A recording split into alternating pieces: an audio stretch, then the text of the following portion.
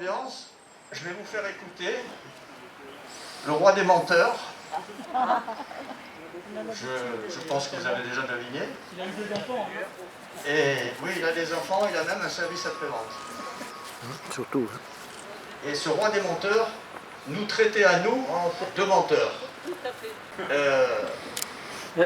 Ça se passe le 1er février 1960, suite aux barricades du 24 janvier. Lui qui aimait bien faire couler le sang des Français, entre eux, et ce qu'il avait dans la tête, un fossé entre l'armée française, l'armée qu'il avait amenée au pouvoir, et la population civile, des pieds noirs et filles, qui eux devaient rester français. Donc, il fallait faire couler du sang. Alors la première étape, ça a été la semaine des barricades, du 24 janvier 1960, et on en parle pas. Et voilà ce que va nous dire ce monsieur. Comment pouvez-vous croire les menteurs, les conspirateurs qui disent qu'en accordant le libre choix aux Algériens, la France et De Gaulle veulent vous abandonner, se retirer de l'Algérie, la livrer à la rébellion. Et puis je m'adresse à l'armée, qui, par ses magnifiques efforts, est en train de remporter la victoire en Algérie. Mais dont certains éléments tendraient à croire que cette guerre est leur guerre, non pas celle de la France, et qu'ils ont droit à une politique qui ne serait pas celle de la France. Je dis à tous les soldats français, votre mission ne comporte aucune équivoque et aucune interprétation.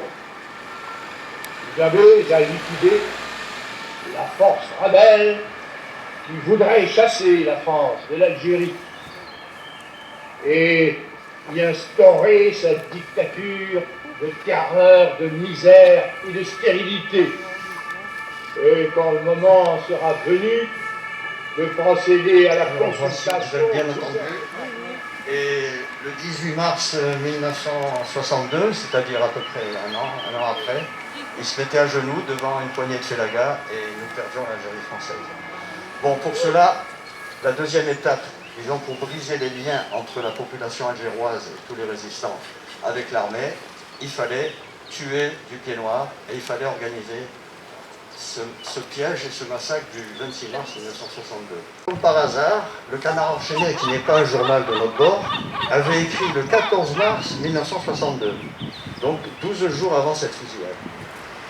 Il avait écrit que De Gaulle, pour se sortir de ce bourbier, de cette impasse, la seule solution, c'était d'assiéger un quartier et de faire tirer sur les Français.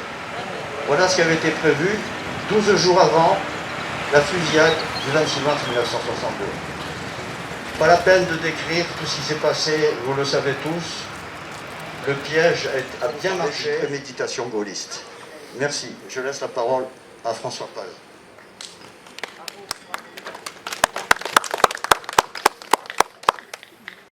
Voilà maintenant des dizaines d'années que nous venons tous, déposer une gerbe pour une mémoire qui nous est chère.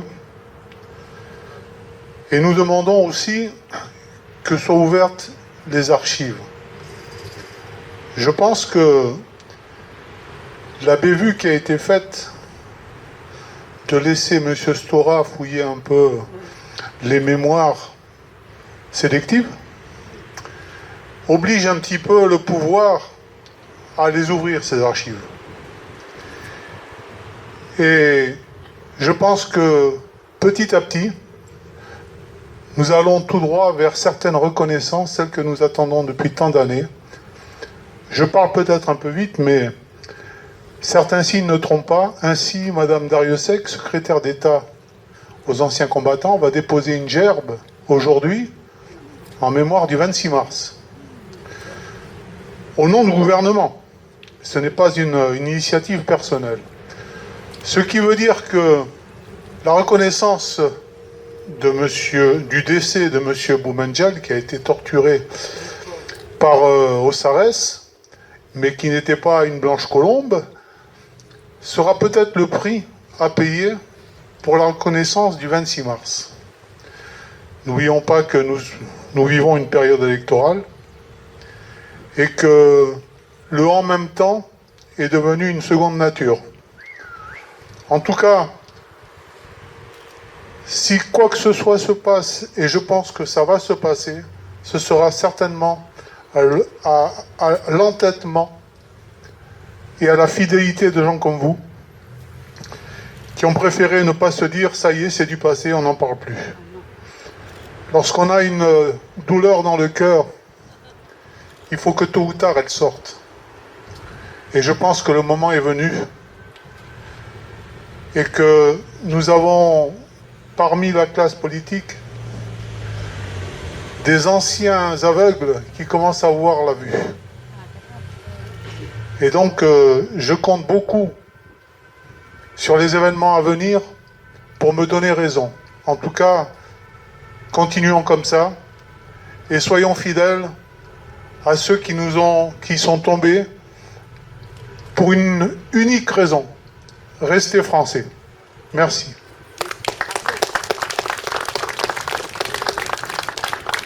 Je vais vous parler au nom du CNR.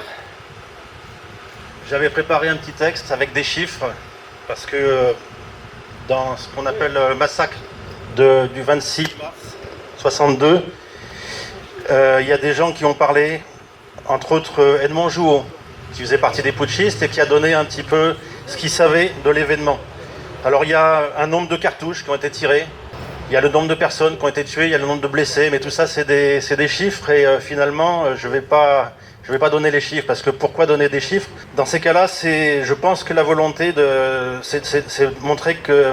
Mais je pense que les chiffres ne sont peut-être pas la bonne façon de le faire. L'indicible, c'est de considérer, de savoir maintenant qu'un président de la République a laissé faire et a donné l'ordre de tirer sur des gens qui ne sont pas armés, des Français, de faire tirer par des soldats français. Ça, c'est l'indicible. Mais comment faire comprendre cela aux jeunes générations? Alors, il y avait les chiffres, mais je pense que finalement, ce n'est pas la bonne solution. On pourrait parler aussi de l'origine ethnique des soldats français qui ont tiré, mais là, on serait accusé de séparatisme. Séparatistes, nous qui avons su réaliser le vivre ensemble pendant 132 ans, qui avons su rallier à notre cause nationale des centaines de milliers de soldats algériens et toute une population avec nous. On le connaît tous. Le problème de parler du commanditaire, c'est qu'après, on est accusé de complotisme. Mais comment ne pas faire du complotisme des années après, quand on sait ce qui s'est passé? Bien, maintenant, dans cet hommage, nous allons déposer des gerbes. C'est un geste un peu léger peut-être, mais indispensable pour dire toute notre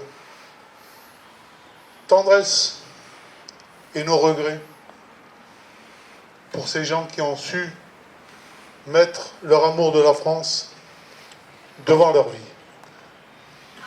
Le collectif Non au 19 mars et le clan ont déposé la première gerbe.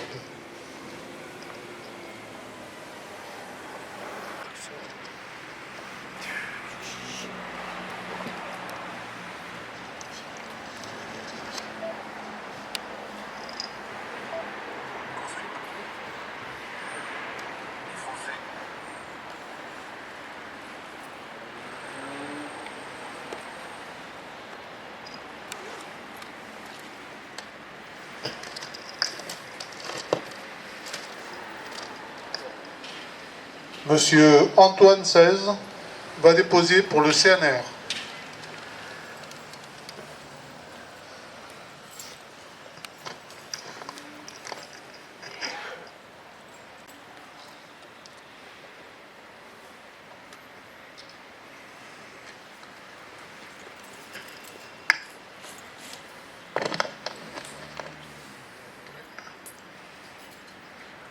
Le docteur Jarreau va déposer pour l'ADIMAD.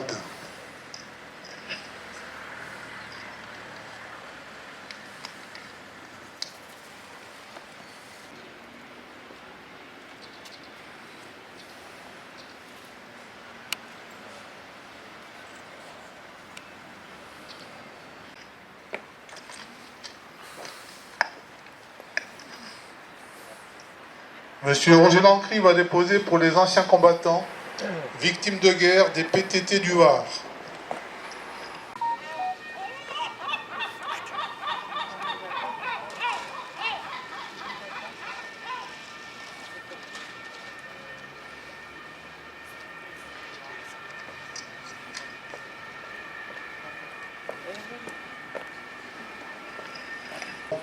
Une fois de plus, penser à nos morts et mettre en route la sonnerie, puis la minute de silence en signe de respect.